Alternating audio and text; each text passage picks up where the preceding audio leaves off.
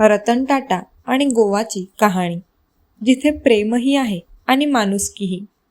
ही फक्त एका उद्योगपती आणि त्याच्या श्वानाची कहाणी नाही. ही त्या माणसाची कहाणी आहे जो उच्च पदावर पोहोचण्याआधी मनापासून निर्णय कसे घ्यायचे हे जाणत होता. बऱ्याच लोकांना माहीत आहे की रतन टाटा यांच्याकडे गोवा नावाचा एक पाळीव श्वान होता, पण फार कमी लोकांना हे ठाऊक आहे की गोवा कोणत्याही ब्रीडरकडून किंवा महागड्या किमतीत विकत घेतलेला नव्हता. तो रस्त्यावरून दत्तक घेतलेला, बेघर आणि सोडून दिलेला एक श्वान होता. एका प्रवासादरम्यान रस्त्याच्या कडेला बसलेल्या एका घाबरलेल्या, आजारी आणि दुर्लक्षित पिल्लाकडे रतन टाटा यांची नजर गेली आणि ते थांबले. त्यांच्या आधी अनेक जण पुढे निघून गेले होते, पण रतन टाटा नाही, कारण गरजेच्या वेळी कोणालाही एकटं सोडणं त्यांना मान्य नव्हतं. ते पिल्लू त्यांच्यासोबत बॉम्बे हाऊसला आलं, तेच ठिकाण जिथे मोठे निर्णय घेतले जातात, जिथे भारताच्या उद्योगाचा इतिहास घडतो, आणि तिथेच एक बेघर श्वान कुटुंबाचा भाग बनला. नाव ठेवलं गेलं गोवा.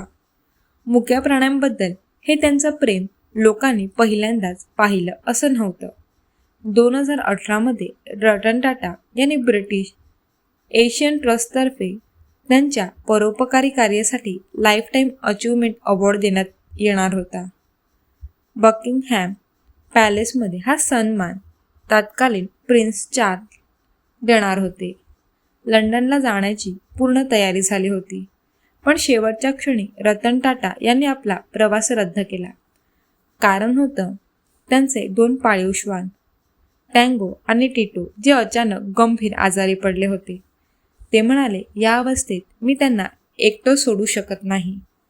त्यांच्यासाठी पदकं, टाळ्या आणि व्यासपीठापेक्षा अधिक महत्त्वाचं होतं आपल्या आजारी साथीदाराजवळ असणं.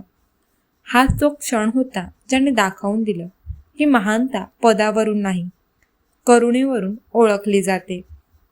आजही ताज हॉटेलमध्ये भटक्या श्वानांसाठी दरवाजे बंद केले जात नाहीत, कारण हे फक्त एक धोरण नाही, ही रतन टाटा यांची विचारसरणी आहे की दया आणि सन्मान प्रत्येक जीवासाठी समान असावेत. कदाचित म्हणूनच आपण रतन टाटा यांना फक्त एक यशस्वी उद्योगपती म्हणून नाही, तर एक संवेदनशील माणूस म्हणून आठवतो, आणि ह्याच कारणामुळे ते आजही लोकांच्या मनात जिवंत आहेत.